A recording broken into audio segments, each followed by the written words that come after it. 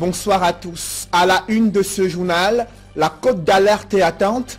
Un ancien vice-président d'une cour d'appel a été enlevé sur le théâtre de la crise anglophone. Cette multiplication des prises d'otages des civils est aux yeux de la société civile un indicateur de la détérioration de la situation sécuritaire et la radicalisation. Ce soir, le bâtonnier Charles Tchongan décrypte la météo politique sociale et le climat sécuritaire dans le chaudron de la crise anglophone.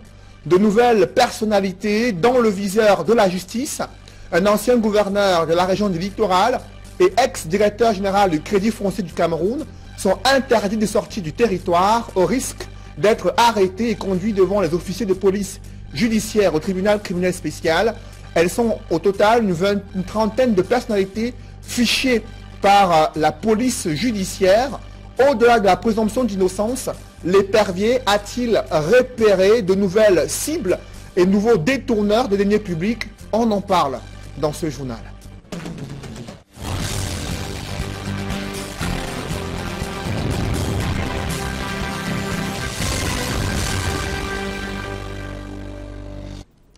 Merci de suivre cette édition complète de l'information sur Equinox Télévision.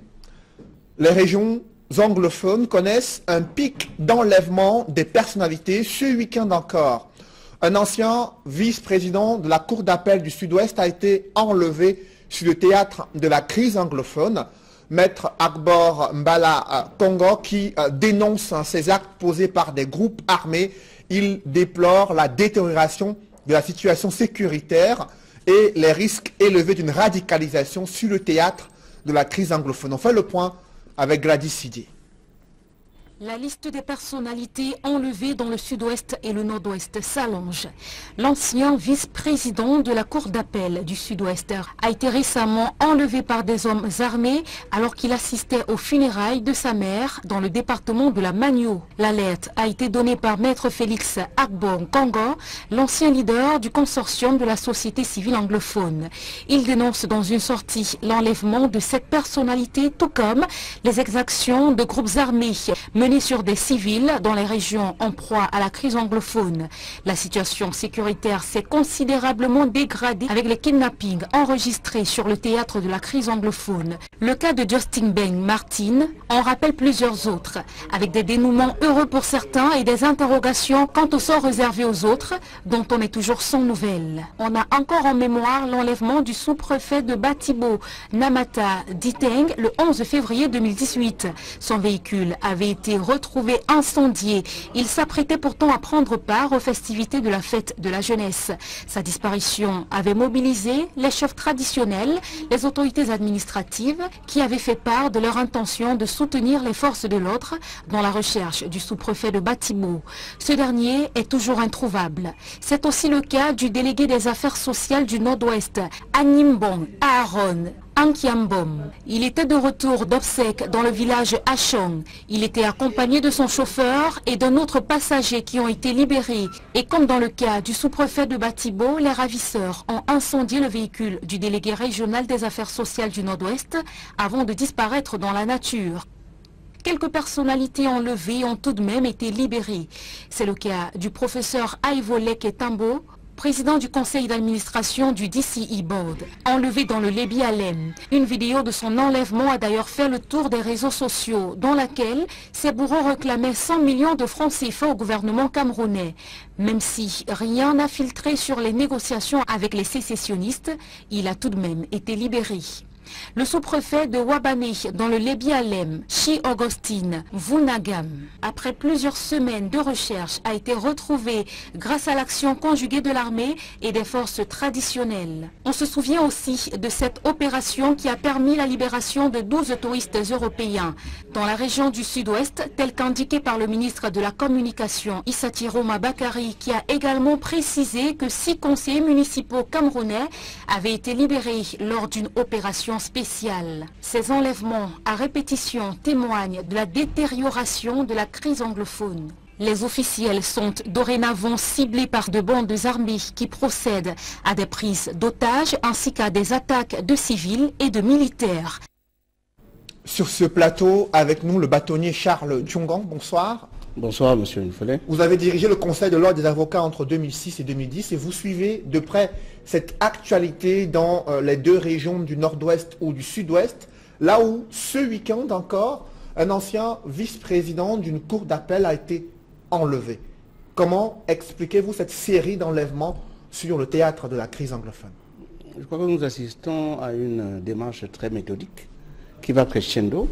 C'est-à-dire qu'on s'attaque aux populations, ensuite on s'attaque au pouvoir exécutif, ensuite on s'attaque aux agents des ministères. Et maintenant, ils se mettent à s'attaquer, n'est-ce pas, au pouvoir judiciaire, parce que s'attaquer, n'est-ce pas, un ancien vice-président de la Cour d'appel du Sud-Est, c'est s'attaquer au pouvoir judiciaire. Et c'est pour ça d'ailleurs que, après Congo Agbor, hier j'ai lancé très tôt le matin un appel à la mobilisation des acteurs de la justice pour faire en sorte que, n'est-ce pas, ce magistrat soit libéré.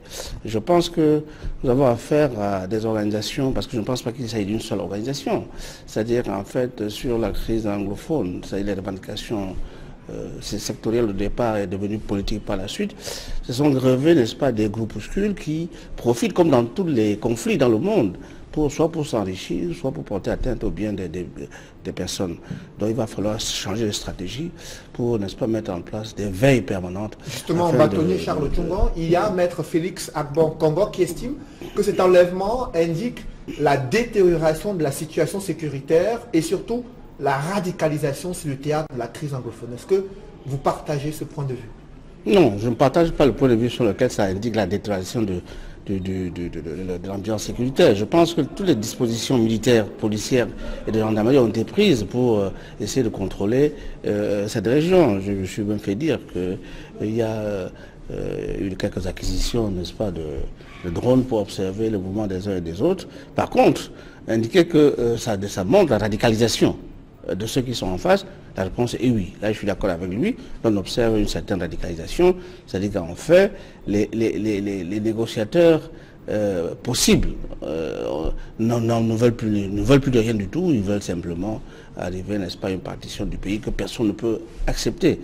C'est la raison pour laquelle, au demeurant, j'ai salué chez vos confrères, le déploiement du nouveau ministre de l'administration territoriale qui a pris langue avec un certain nombre de leaders, n'est-ce pas, de cette crise, et certainement, notamment le cas le plus patent, et le contact pris avec son éminence, le cardinal Toumi. Je pense que cette démarche, n'est-ce pas, aurait dû être prise il y a 2 ans pour éviter cette escalade. Mais comme le fait est là, nous devons faire avec. Justement, précisons que le ministre de l'administration territoriale, Paul Atangadi, tient une réunion sécuritaire de haut niveau ce soir dans la région du littoral. Paul Atangadi, qui, vous le voyez en image, est arrivé ce soir autour de 17 h et depuis quelques minutes à présent, il y a une réunion de haut niveau, réunion sécuritaire qui se tient dans les services du gouverneur du littoral en présence des autorités administratives et des hauts responsables de la sécurité dans la région du littoral, réunion présidée par Paul Atangadi, ministre de l'administration territoriale, qui séjourne à Douala. Bâtonnier sur la démarche de ce nouveau ministre de l'administration territoriale qui a interdit la vente des armes de chasse, qui a proscrit la circulation des motos taxis dans certains départements des régions du nord-ouest et du sud-ouest, et qui depuis multiplie les descentes dans les régions anglophones et aujourd'hui dans le littoral. Comment vous appréciez la démarche menée jusqu'ici? Écoutez, l'on observe que nouveau ministre, nouvelle méthode. Vous savez, M. Atangadi est un homme pressé. C'est un homme pressé et il veut que les choses aillent vite, il veut trouver des solutions rapidement. Et voyez-vous, lorsqu'on embrasse trop, parfois on est très mal. Donc, sur l'ensemble de ces techniques, on ne peut que l'approuver. Lorsqu'il descend sur le terrain une fois tous les 2 semaines pour rencontrer les chefs de terre, je crois que même les gouverneurs, les préfets et les sous-préfets doivent apprécier cela. Parce que d'habitude, ils sont convoqués à Yaoundé, à les conférences de gouverneurs, on barre beaucoup de choses, en s'éloignant parfois des préoccupations des populations dont ils ont la charge. Je pense que de ce point de vue-là, on ne peut que se féliciter de ce qu'il n'est pas dans un fauteuil à Yaoundé en train d'attendre les rapports, mais qu'il descend sur le terrain, voir ce qui se passe en réalité. Et sur les mesures prises, sur les restrictions de certaines libertés, il faut regretter que ces mesures aient été prises de manière brutale. Parce que je vais prendre un seul exemple, dans le domaine des armureries, dans les 6 régions. Vous savez, une armurerie, ce n'est pas simplement un endroit où on vend les armes, c'est une entreprise. Et dans ces entreprises, il y a 15, en moyenne, à 30 personnes qui y travaillent. C'est-à-dire que le fait, n'est-ce pas, d'interdire cette activité, c'est mettre, n'est-ce pas, 30 fois 6 en armurerie au chômage. Moi, j'ai dit sur ce point, et je maintiens mon point de vue, parce que je pense que dans une démocratie, il faut échanger pour trouver les meilleures solutions.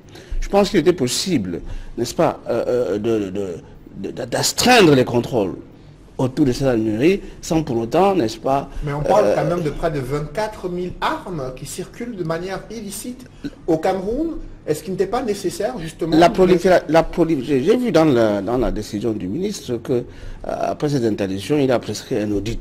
Moi, je pense qu'il fallait inverser le système, c'est-à-dire prescrire l'audit et ensuite prendre des mesures, prendre des sanctions. Parce qu'une interdiction pour un agent économique, ce sont des sanctions. C'est un peu comme la générale qui fait des accidents et on interdit la circulation pendant 1-2 mois. Les conséquences économiques sur l'emploi sont énormes. Je pense qu'il y a des mesures intermédiaires qui peuvent être prises, notamment sur le contrôle technique des bus. J'ai encore vu il y a quelques semaines, j'ai encore eu des gens qui sont venus à mon cabinet me dire qu'ils n'ont pas pu prendre, ils se sont rebellés. Parce que lorsqu'ils sont rentrés dans un car, ils ont vu qu'il y avait des trous partout. Et puis le même agencier a refusé de remplacer les cadres. Je pense qu'on peut prendre une mesure pour régler ça. Sur la prolifération, parce que le débat porte sur la prolifération des armes. D'où viennent-ils ces armes? Je ne pense pas que ce soit les armureries qui donnent des armes aux sécessionnistes. Je pense qu'il faut prendre en compte le fait que dans nos deux frontières du nord, n'est-ce pas, vers le Nigeria, du Tchad et à l'est, vers le Centrafrique, vous savez, quand vous y allez, quand vous allez à l'est, vous trouvez les calaches à 25 000 francs CFA avec un chargeur. Même dans des villages où il n'y a pas de guerre. Hein. Donc par conséquent, dire que ce sont les sécessionnistes avec les complicités des armureries qui, n'est-ce pas, sont à l'origine de la prolifération des armes dans le pays, je crois que c'est prendre la question qui est grave, par un bout qui m'a parlé quand même polémique. Justement, on regarde cette escalade de la crise anglophone. Il y a l'ambassadeur des États-Unis d'Amérique au Cameroun, Peter Henry Baldwin, qui a engagé une discussion sur la crise anglophone. Il a réuni les personnalités religieuses comme l'éminence cardinal Christian Toumi, les acteurs de la société civile, des hommes politiques, pour essayer de trouver des solutions sur la crise anglophone. Comment vous appréciez cette démarche de diplomate américain sur une crise qui concerne le Cameroun? En tant que patriote d'une république, d'un État république indépendant, je trouve que, sans jeu de mots, que c'est une immixtion inacceptable dans la gestion, n'est-ce pas, des affaires internes d'un pays, sauf si ce pays l'a sollicité. Maintenant, la situation de la crise anglophone n'a pas atteint le niveau où il faut faire des interventions. Un ambassadeur, fût-il l'ambassadeur d'une des plus grandes puissances au monde, ne peut pas prendre la liberté, au vu et aussi au vu de tout le monde, de faire des tables rondes sur des questions de politique importantes concernant un État, sans que cet État soit, n'est-ce pas, impliqué ou que cet État n'ait requis, n'est-ce pas, son intervention. Ça vaut pour... Mais au-delà des États-Unis, il y a la France, il y a le Commonwealth qui régulièrement interpelle le président de la République, et les Nations Unies également qui ont réagi par rapport à la crise anglophone. Ce ne sont pas le même genre d'intervention. La France, le Commonwealth, les Nations Unies, ils sont venus en conseiller. Ils sont venus en conseiller. Ils ont proposé des solutions à la sortie de crise, laissant effectivement à l'État du Cameroun le soin d'en prendre l'initiative. Il se trouve qu'aujourd'hui, nous voyons arriver un ambassadeur, l'ambassadeur des États-Unis, qui est à la recherche active de la solution à la crise sans l'État. Ça veut dire quoi? C'est un mauvais signe pour nous. Ça veut dire que si nous ne prenons pas les devants, mais après, c'est ces ambassadeurs, on va voir un des 5 membres du Conseil de sécurité convoquer une réunion du Conseil pour prescrire un plan de résolution de la crise camerounaise. C'est pour ça que je pense que nous devons être forts en tant que Camerounais pour trouver par nous-mêmes les solutions à cette crise afin d'éviter que la tentative qui est non dite dans ces démarches, c'est-à-dire la tentative de partition du Cameroun en 3 groupes, un au nord, un au centre, un au sud, n'est-ce pas, se réalise. Vous avez vu quelles en sont les conséquences sur le plan humanitaire et sur le plan de la vie des hommes, comme ce fut le cas au Soudan. On voit que ce genre de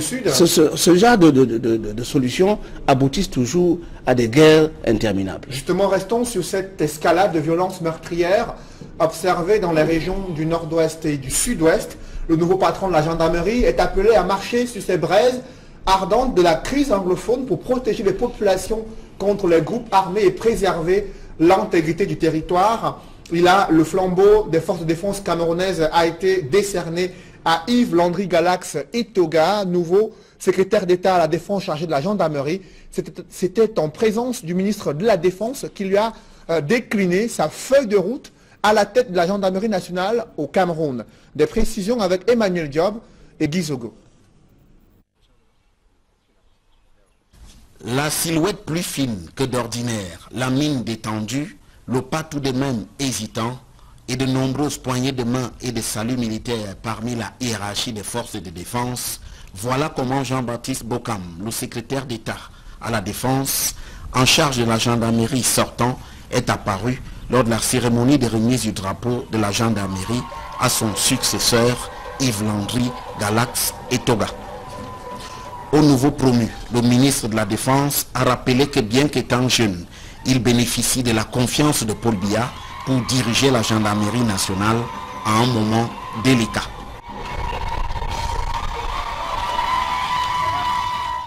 Vous faites incontestablement partie des cadres jeunes à qui le chef de l'État a décidé de faire confiance aux côtés de leurs aînés. Vous prenez la tête de la gendarmerie nationale à une période hautement sensible sur le plan socio-politico-sécuritaire. Dans la foulée, il a prescrit au nouveau secrétaire d'État à la Défense en charge de la gendarmerie des missions très précises. Je vous prescris particulièrement une vigilance de tous les instants, de la proactivité face aux événements et situations à gérer, la fermeté en matière de discipline des personnels de la gendarmerie, le sens de l'écoute et des usagers de la gendarmerie et des personnels placés sous votre autorité. Enfin, le portrait robot du gendarme, qui mérite d'être cité en exemple, a été dressé.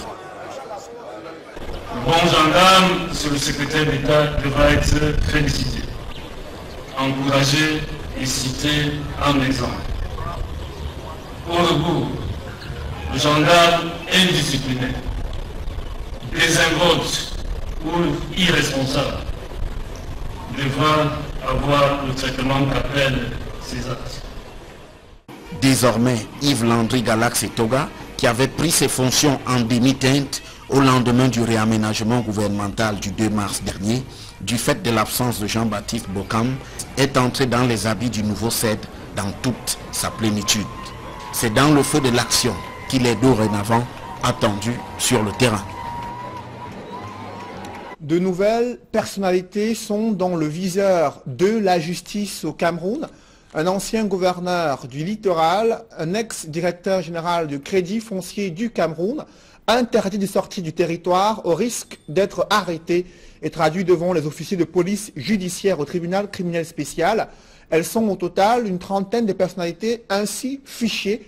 Au-delà de la présomption d'innocence, l'épervier a-t-il ciblé de nouvelles personnes soupçonnées d'être impliquées dans le détournement de deniers publics?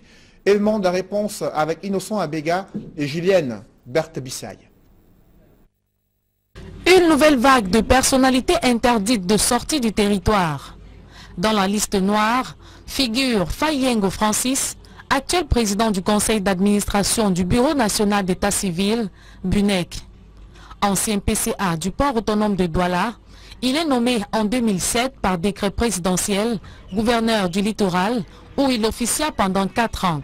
Est également présent sur la liste Jean-Marcel Dayas Mounoumé, en cavale à l'étranger et par ailleurs ex-patron du port autonome de Douala, condamné à 15 ans de prison en juillet 2015 pour détournement de deniers publics. Autre candidat inscrit sur la liste est Camille Ekindi, ancien directeur général du Crédit foncier du Cameroun, empêtré dans une affaire de détournement de près de 3,5 milliards destinée à un projet de construction des logements d'Olembe 2 à Yaoundé. Dame Brigitte Sopongale, directrice de la Southwest International Construction Corporation SIC, n'est pas en reste. Accusée d'avoir arnaqué près de 180 familles auxquelles elle a promis des logements au standing à Bangampongo, dans l'arrondissement de Douala 3e, elle nie les faits qui lui sont reprochés. Une affaire encore pendante devant la justice. Martin Bargangele, délégué général à la Sûreté nationale, prévient ses collaborateurs qu'en cas de tentative de sortie du territoire, les concernés seront conduits au tribunal criminel spécial. Notons que le document signé du patron de la police n'évoque pas les motifs de cette restriction. Mais, en vertu de la loi, les mises en cause jouissent encore de la présomption d'innocence. Depuis la réactivation de l'opération Épervier, ce sont plusieurs caciques de l'État qui sont frappés par cette mesure d'interdiction de sortie du territoire. Une trentaine de personnalités interdites de sortie du territoire risquent d'être arrêtées et conduites devant les OPJ du tribunal criminel spécial. Bâtonnier Charles Tchungon, vous avez publié il y a près de 2 ans un livre sur l'impossible justice au Cameroun. Un livre dans lequel vous faites le bilan de cette opération Épervier. Aujourd'hui, d'abord, comment vous appréciez cette série d'interdictions de sortie du territoire adressées contre une trentaine de personnalités, parmi lesquelles des hauts commis de l'État? Je vais d'abord dire que ce sont des mesures conservatoires qui n'engagent en rien, n'est-ce pas, les magistrats sur la gestion du dossier. Je voulais également dire que cette vague n'est-ce pas, de sortie des dossiers qui existaient déjà, parce qu'on fait croire que ce sont des nouveaux dossiers. Non, ces dossiers ont déjà bouclés, les enquêtes sont bouclées depuis.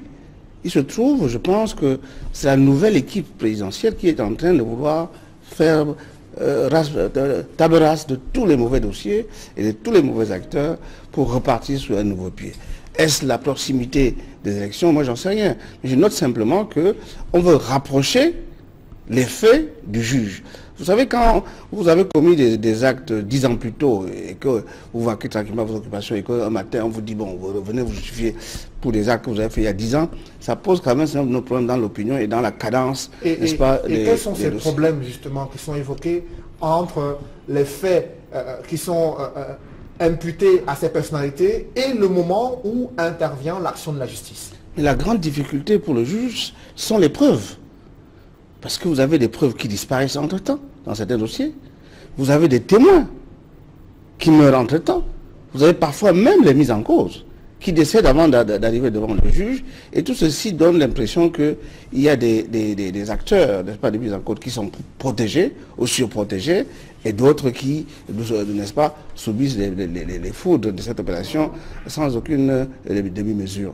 Donc il est bon que lorsque un gestionnaire est mis en cause, qu'on le mette à disposition de la justice pour qu'il s'explique sur les faits mis à charge afin que la justice passe. Justement, je note au demeurant. Avant que vous ne développiez davantage, lorsqu'un haut commis de l'État en fonction se retrouve interdit de sortie du territoire et qu'il y aurait des instructions judiciaires à son encontre, doit-il continuer à servir l'État ou doit-il être démis de ses fonctions pour se mettre à disposition de la justice? Je pense qu'il y a 2 attitudes possibles. Il y a une attitude qui relève de l'État et une autre attitude qui relève de mise en cause. L'attitude qui relève de l'État, c'est qu'un soupçon aussi grave ne peut pas peser sur la tête d'un haut commis de l'État alors que l'État lui confie encore des responsabilités de gestion des fonds publics. Donc, logiquement, l'État doit mettre ces messieurs à la disposition de la justice. L'autre attitude qui m'apparaît l'attitude la plus morale, c'est que ceux qui sont mis en cause, n'est-ce pas, se démettent eux-mêmes des fonctions parce que vous voyez le regard de quelqu'un qui est interdit de sortir du territoire sur des motos aussi graves, qui vient le matin dans un bureau d'instruction, tous ces employés vont le regarder un peu comme, n'est-ce pas, le wrestler ou le bandit qui vient diriger des gens qui n'ont rien à se reprocher. Et c'est pas bon, ni pour le service public, ni pour l'entreprise publique. Justement, dans votre livre Impossible justice, de l'impossible justice au Cameroun, vous critiquez cette démarche de la part du pouvoir judiciaire concernant spécifiquement cette opération Épervier. Ça fait plus de 5 à 7 ans que l'opération est en cours. quel bilan appréciez-vous quant aux fonds publics qui n'ont pas toujours été restitués jusqu'ici? Écoutez, selon des indiscrétions puisées à bonne source, on aurait dépensé plus de 70 milliards. Toutes dépenses confondues. Vous savez que dans cette affaire, on a commencé par un audit confié à des gens pas très clairs pour aller chercher où les fonds publics se trouvaient à l'étranger. On leur a donné beaucoup d'argent. Après, il a fallu former des nouveaux inspecteurs pour créer ce corps spécialisé. Il a fallu construire un nouveau bâtiment pour installer des nouveaux magistrats. Il a fallu recruter des personnels spécialisés, etc., etc. Il a fallu recruter des experts pour faire des rapports. On a mis à contribution des grands inspecteurs, n'est-ce pas, de l'inspection générale de l'État, du Consupé, etc.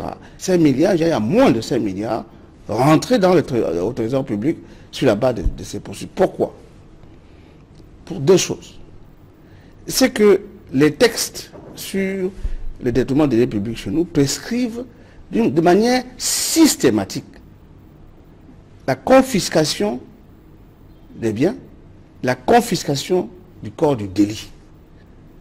Je crois que si on respectait scrupuleusement ces textes-là, les gens commençaient à s'interroger. Voyez-vous, moi je disais dans le cadre d'une commission que vous imaginez quelqu'un qui a 12 villas, vous l'arrêtez, il n'y a pas de souci. Il purge 10 années, il ressort et il repart. Alors que si vous lui confisquez tout ce qu'il a construit avec cet argent-là, ça va commencer à interroger ceux qui sont en charge de la gestion des deniers publics. Voyez-vous, l'on sait, et le président l'a dit dans son interview avec Eric Tchindjé, on sait combien gagne un fonctionnaire, on sait combien gagne un ministre, on sait combien gagne un ambassadeur. À partir du moment où votre patrimoine est en distorsion avec vos revenus officiels, on doit pouvoir, comme au Sénégal, vous demander à tout le moins de justifier de l'origine des fonds en clair, il n'y a pas qui de vous ont permis de patrimoine de ces fonctionnaires au moment où ils accèdent à certaines fonctions. C'eût été une des belles solutions. L'article 66 de la Constitution, si avait été implémenté, il est évident qu'à l'entrée de toute fonction où vous avez un rapport avec l'argent, si vous déclarez vos billets à la sortie, on vérifie pour voir si effectivement, entre-temps, votre patrimoine n'a pas doublé. Et on va donc vous demander, n'est-ce pas, de vous expliquer sur ce fait-là. Mais il y a un autre élément, je l'ai toujours rappelé, je l'ai rappelé carrément dans mon ouvrage, c'est qu'il faut rétablir le principe de la comptabilité unique. L'État a un compte unique. D'où vient-il que dans les ministères, dans les plafonds, dans les tiroirs, on nous dit on a volé 7 milliards, 3 milliards, il y a un ministre, tous les ans on vote de l'argent dans son bureau. Comment expliquer qu'autant d'argent en espèces se trouve dans les bureaux de ministères, dans le bureau de hauts fonctionnaires? Il y a là un problème. Le seul comptable public de l'État, c'est le Trésor. Et ce n'est pas le Trésor que sort l'argent de l'État. Or, aujourd'hui, on ne sait pas comment l'argent de l'État sort. Il y a des fonds qui sortent de partout. Je ne dis pas qu'il ne faille pas, dans un État comme le Cameroun, avoir des fonds spéciaux. Mais on sait où sont logés les fonds spéciaux de l'État du Cameroun. C'est la présidence de la République. Des fonds qu'on peut dépenser sans comptabilité. Mais ça, tous les États au monde ont des caisses noires. Justement. Donc, par conséquent, si tous les ministères ont des caisses noires, ça commence à poser des problèmes. Si tous les gouverneurs ont des caisses noires, ça commence à poser des problèmes. Si tous les préfets et sous-préfets ont des caisses noires, ça commence à poser des problèmes. Il y a ce qu'on appelle en comptabilité publique les fonds d'intervention. Et là, en clair, vous déplorez ces fonds-là, c'est le manque de transparence. C'est le manque de transparence. Vous savez, c'est comme dans le secteur privé, la comptabilité privée est soumise au principe de la comptabilité double. Chaque sortie doit correspondre à une entrée. Vous comprenez? C'est l'objet de ce qu'on appelle le bilan en fin d'année. En clair, bâtonnier Charles Toungan, c'est un problème de gouvernance. C'est la présidence de la République qui est interpellée à nouveau sur la gestion de cette opération épervier. Le président de la République également interpellé par un collectif d'avocats stagiaires indignés. Ils ont adressé un mémorandum qui est un document anonyme dans lequel ils dénoncent des dysfonctionnements et des irrégularités observées durant le déroulement de l'examen de fin de stage d'avocat. Près de 70% de ces aspirants à la profession d'avocat ont échoué cet examen. Ils demandent l'intervention de Paul Biya pour mettre fin au chômage observé dans cette profession. Réaction des avocats et analyse de ce sujet dans ce reportage signé Kate Diarra. C'est dans un mémorandum datant du 5 avril dernier que les candidats malheureux de l'examen de fonds de stage d'avocat, session de février 2018, réunis en collectif d'Andigné, réclament l'arbitrage du président de la République afin que soient revus les résultats proclamés par le ministre de la Justice il y a peu. Dans un test de 4 pages, ils dénoncent le nombre réduit d'admis à cet examen en revenant sur des éléments qui, selon eux, démontreraient à suffisance son manque de sérieux. À l'échelle de ceci, on peut noter la présence d'un impétrant sur la liste portant publication des listes de candidats. Dans ce même mémorandum, le collectif des avocats stagiaires indignés dénonce la violation d'un ensemble d'articles liés à la période de fonds de stage et aux indemnités des membres de la commission d'examen. Un mémorandum qui, bien que compris dans le domaine, reste fortement critiqué par certains avocats. Déjà au niveau de la forme, ce texte est d'une médiocrité affligeante. Elle est même pitoyable. Rien qu'à la lecture de ce mémorandum, on se demande si les rédacteurs ou le rédacteur a vraiment le niveau d'être avocat. Ça peut expliquer beaucoup d'autres choses. Et les explications, il les donne. On ne peut pas se permettre dans une société qui se veut démocratique, des gens qui sont supposés appliquer la règle de droit et que leur niveau ne soit pas bon. C'est un peu comme si vous envoyez des médecins pour aller tuer les gens, des pilotes pour aller faire écraser des avions. Transcendant la forme critiquable du texte, il marque tout de même son incompréhension. Au-delà même de ce texte, concernant la situation de manière générale, je dois vous avouer que j'étais assez choqué par le taux d'échec. Pour lui, il est inadmissible que des avocats stagiaires, avec un niveau minimum, multiplié au cours de plusieurs années de stage pratique, soient recalés par un simple contrôle de sortie. En général, c'est un examen, c'est un contrôle de connaissances. Et ces connaissances sont beaucoup plus axées sur la pratique. C'est un peu par excès de langage qu'on dit que c'est un examen. Plus loin, il revient également sur des pratiques marchandes qui auraient lieu au sein du barreau et qui, selon lui, justifieraient à suffisance un niveau relativement bas de certains candidats. Beaucoup de personnes monnaient l'entrée dans le barreau. Sinon, on ne peut pas comprendre que des avocats écrivent de cette façon. Le niveau est devenu très bas parce que le contrôle de connaissances à l'entrée s'est fait à l'emporte-pièce. Est-ce qu'il est normal que des enfants se permettent qu'on les laisse entrer contre paiement de sommes et à la sortie on découvre qu'on par enchantement, qu'on par curiosité, qu'ils n'avaient pas le niveau? Plutôt que de forcer la main, comme ils le font au président de la République, ces avocats stagiaires gagneraient selon lui à attendre une année, le temps que soit organisée une nouvelle session. Sur ce plateau du 20h, le bâtonnier Charles Tchongon, est-ce que vous êtes favorable? Allez égrener des propos extrêmement violents à l'endroit de ces jeunes confrères. Mais je voulais dire tout de même, moi je suis ahuri de voir que des gens qui prétendent entrer dans une profession organisée considèrent que le contrôle à l'accès à la profession des examens présidés par un jury, je voulais vous le dire. Pour l'instant, le barreau n'a pas la maîtrise de son tableau. Le jury qui préside à l'entrée du barreau est composé de hauts magistrats de la Cour suprême et de professeurs agrégés de langue magistrale. Si nous n'avions pas bataillé longuement, nous aurions pu nous trouver de manière minoritaire dans ce jury-là. Il y a quand même un taux d'échec de 66% je crois que à cet examen. Mon ami, ça suscite des questions. Mon ami Kengou vient de vous donner la cause. Le niveau actuel est extrêmement bas. À cela, deux causes. Attends, aller louer la salle de la CRPS à Yaoundé pour pouvoir faire... Vous savez, quand vous faites un cours à 800 personnes, c'est pas la même chose lorsque vous faites un cours à 40 personnes. Quand vous leur posez la question, ils vous disent ah, l'audience a trop duré, effectivement, parce qu'il y a parfois des audiences où le magistrat vient avec 300 dossiers. Et puis, le vendredi, il n'y a plus personne.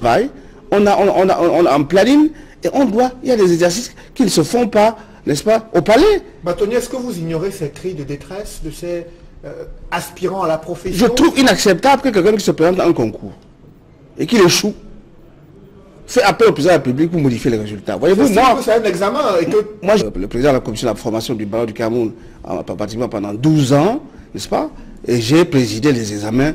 Et quand j'ai présidé les examens, ça faisait 7 ans qu'il n'y avait pas d'examen. Tu vas à un concours ou à un examen. S'il y a 4 places, tu dois dire que la première place c'est pour toi, les 3 autres places c'est pour les autres. Vous comprenez, hein?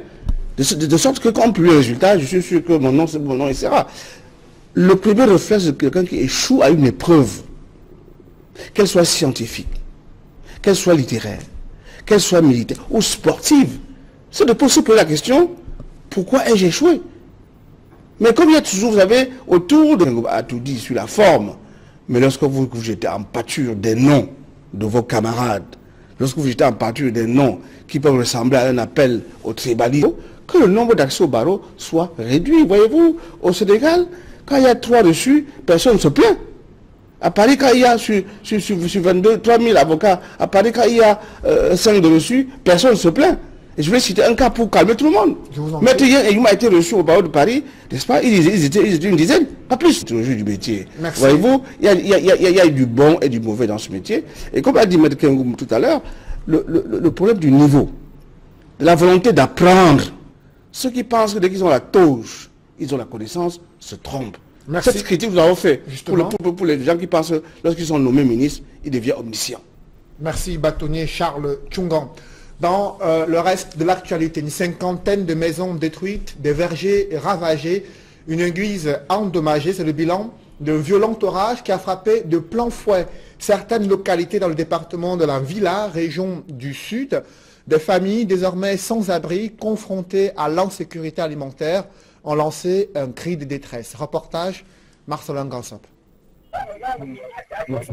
Des maisons complètement détruites, d'autres à la toiture arrachée, des établissements de commerce transformés en champs de ruines, des plantations ravagées de part et d'autre, ainsi que... Toute la nuit, on a suivi un bruit. Du coup, je me suis levé en voulant sortir, j'ai constaté que la maison tombait. Ils sont envolés, 2 tortues sont parties comme ça.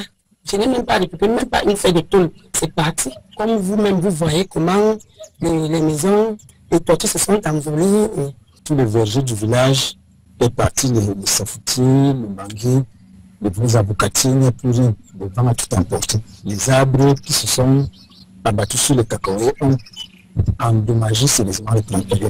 Ce sont une 50aine de maisons qui ont subi les foudres de la nature, faisant de leurs occupants des sans-domicile qui squattent désormais à la Belle Étoile. Même la chapelle de l'église presbytérienne du coin n'a pas échappé à la folie destructrice de cet ouragan d'un autre genre. Une bonne partie de la toiture a été emportée par le vent, laissant les fidèles sans voix. C'est une paroisse qui a été... L'État a souvent aidé l'Église. Nous voulons que l'État nous vienne en aide pour pouvoir reconstruire. Parce que même le reste là, nous avons peur de continuer à faire les cultes dedans. Informé de cette catastrophe naturelle, le sous-préfet de Mbangan est descendu sur les lieux. Il était porteur d'un message de réconfort à l'endroit des populations sinistrées. Nous avons donc, dans le cadre de la protection civile, nous avons effectué la descente pour venir constater par nous-mêmes. Je dois le dire, les dégâts sont assez considérables. Dieu merci, nous n'avons pas enregistré de corps dans les humaines. Nous nous sommes attelés à constater ces dégâts et à les évaluer afin qu'un rapport soit adressé à l'attention de la autorité.